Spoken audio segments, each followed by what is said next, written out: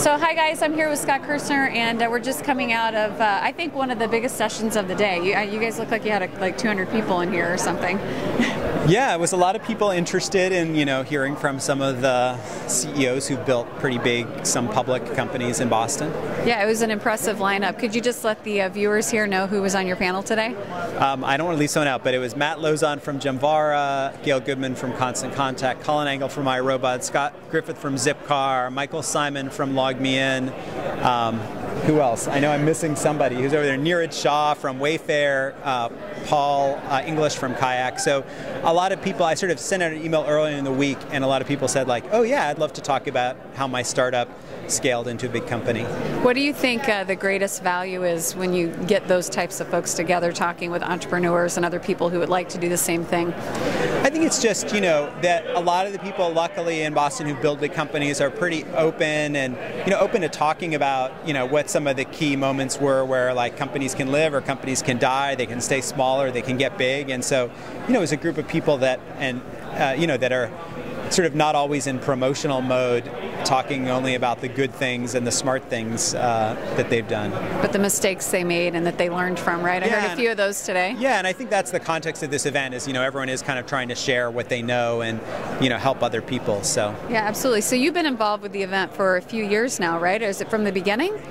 Yeah, I think since the first year, have tried to propose sessions and participate in other people's sessions. What is your general feeling about the unConference and what it provides here in Massachusetts?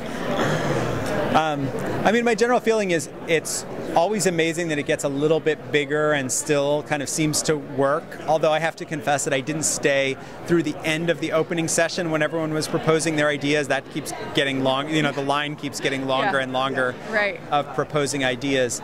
And I'm still hopeful that every year I think you see a couple more people from some of the bigger established companies participating, which I think is a good thing, that it's not just startups talking to other startups, that there are some people from the from the bigger company universe that come to it. Absolutely. Well, the expert opportunity is there, which I saw a lot of experts from larger companies today meeting with entrepreneurs.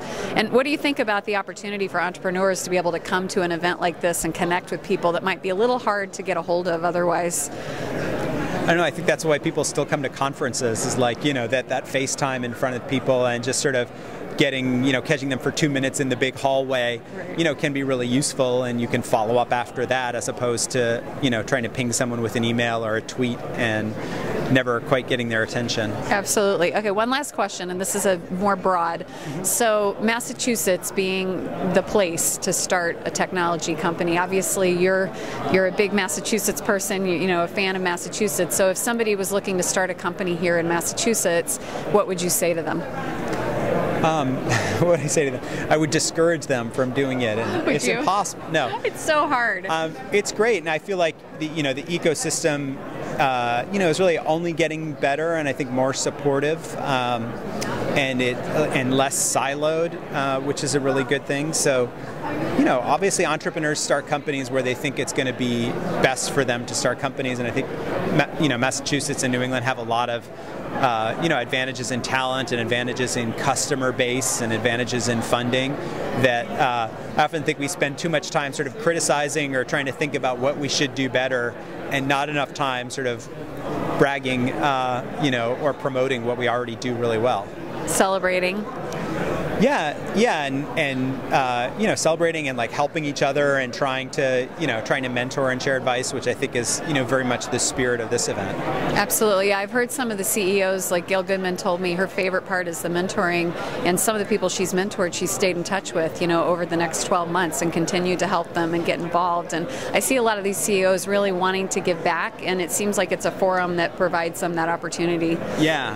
The only big problem that needs to be fixed in the future is that candy, the like fruit-shaped Smarties candy that they were giving out. It's so bad for you? No, it leaves like colors on your teeth, and so I was meeting with someone, I was trying to figure out like, do you have like some kind of rare like carrot enzyme, disease? Were their teeth red or orange? And green and Okay, well, you know what? That's an easy fix, wouldn't you say? I mean, out of all the problems you could have at a conference, that's an easy fix. It's a good problem to have. All right, so people, you've got it. What Scott is saying, his outcome from today that we need to change for next year is no more fruit candy. Or bring a toothbrush, I guess. Or bring a toothbrush. People don't think to bring toothbrushes to conferences. But we don't want to put that. We don't want to put that burden on people. So No. it's really up to us at MassTLC to fix this for next problem. year. All right, you got it. All right. Cool. Thanks, Scott. Appreciate it. Thanks for having me.